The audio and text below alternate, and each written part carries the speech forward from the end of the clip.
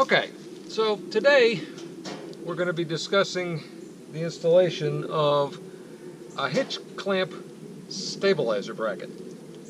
And what this will do for this type of a setup is get rid of this stuff.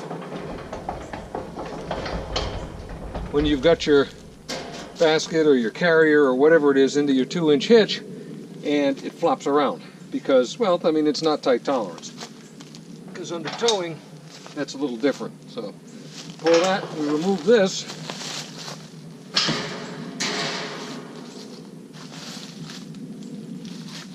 Oh, I have it sitting over here.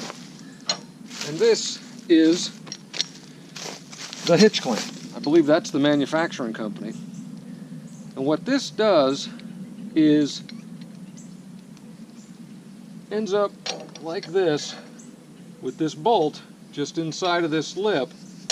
You screw that bolt in and it will lever the tube up inside of this bracket and stabilize it. Many different companies make this. I had one on a Rage motorcycle carrier that I had, and it worked okay, but it was nowhere near as beefy as this thing. I got this off Amazon. It's stamped in here hitchclamp.com, but I got it from Amazon for like $32 shipped. And it's a really nice piece. I mean, it's all, if it isn't laser cut, it's certainly machined. This has got to be 1/2 inch thick. This piece here, which is your pivot, it's actually got a plug welded through the center, which is a really nice way to do it. So you're not just using the welds to rely on for your torque. And it's a gigantic bolt. A little tight going in because of the anodizing, but really, really nice piece. It takes I think a 15/16 to put it on. But the way it works is, come here, you just slide that, you put this together, and this actually comes off. You put that on like that, put the bolt on, and this slides over the bracket that way. And then you reinsert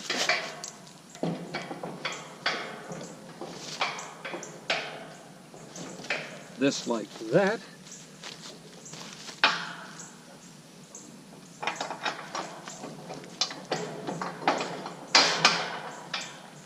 Make sure you have your positioning correct. Then you push that all the way up and tighten the bolt. I'm going to move this camera, hopefully give you a little better view of that.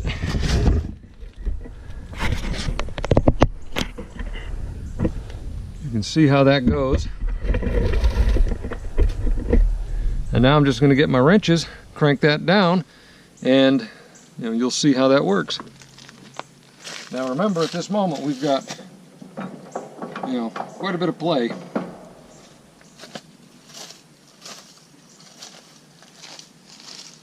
So then we just keep this there.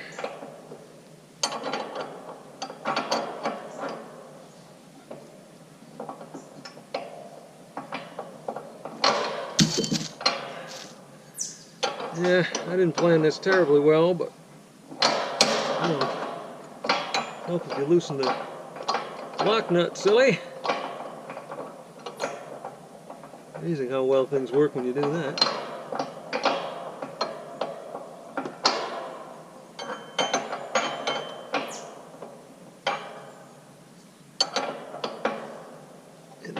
Threads are a bit snug because of the anodizing. Okay, now we're getting somewhere.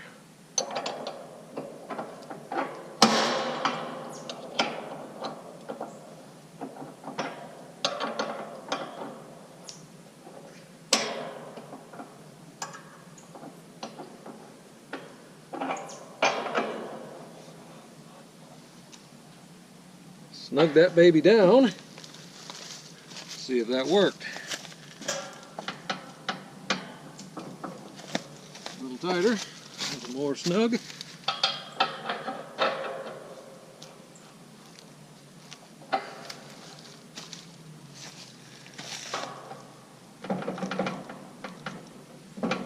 Actually, now the only flex I have is at this joint, because this thing is supposed to pivot out of the way. I'm eventually going to weld this up solid because I don't need it to pivot.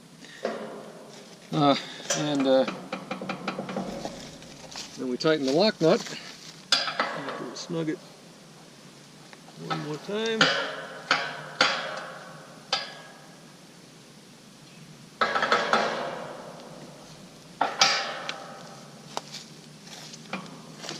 And that's not coming off.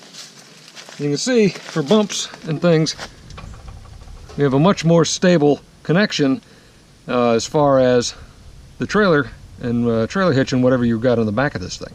So you're not bouncing around and putting undue stress on your bumper. So that's it. Hitchclamp.com. I'm impressed. Great little product. It's good for, well, not just trailers, but anything that you have. You know, if you've got a carrier behind your SUV or whatever you're doing, this will, for about 30 bucks, really help stabilize it and not beat the tar out of everything so bad. So, there you go.